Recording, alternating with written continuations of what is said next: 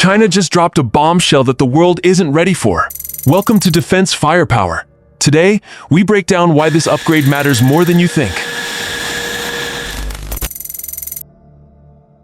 The WS-15 MA produces up to 20 tons of thrust, roughly 30% more power than the older WS-10C engine, finally allowing the J-20 to supercruise and sustain Mach 1.8 without afterburners.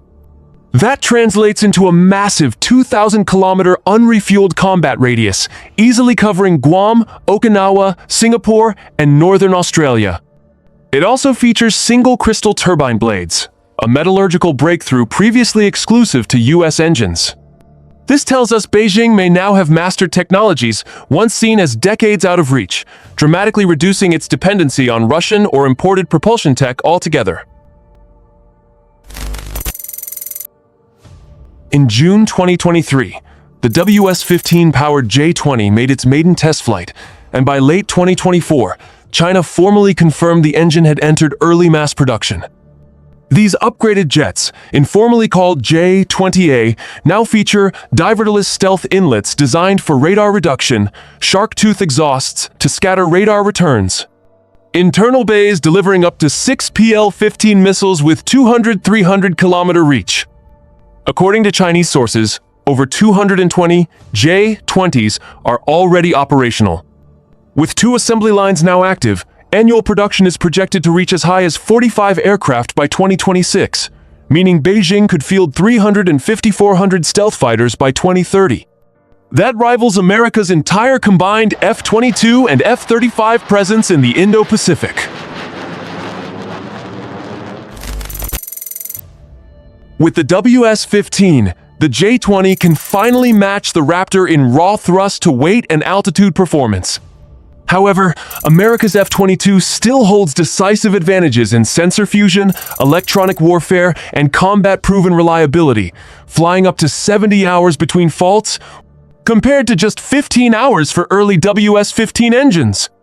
What matters is how China intends to use the J-20. Rather than dogfighting, Beijing may deploy these jets to take out high-value U.S. support assets, tankers, AWACS, and refuelers, thereby blinding American fighters and forcing them out of the battle space altogether. China is not preparing for single kills. It's preparing for saturation dominance.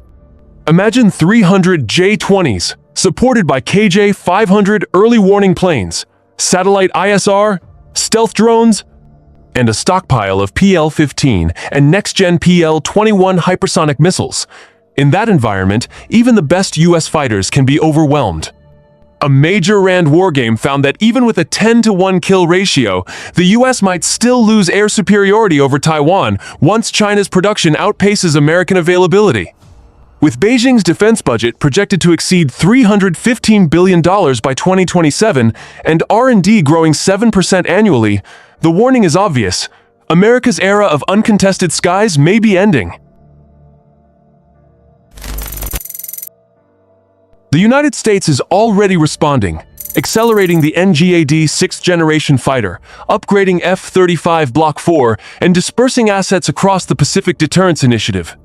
But allies are moving too.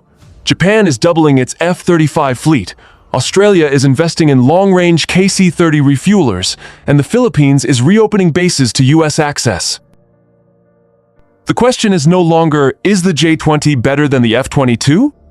The true concern now is whether the United States, along with its allies, can produce, deploy, and survive fast enough in a conflict where China plans to win simply by arriving in greater numbers. That is the real power of the WS-15. It turns the J-20 from a symbol into a scalable platform of air superiority. So, what do you think? Is China finally catching the United States in the skies? Or is this simply louder propaganda with better engines? Drop your take below. If you value fact-based military analysis, hit that like button, share this video, and definitely subscribe to Defense Firepower. Until next time, stay vigilant, stay locked, and loaded.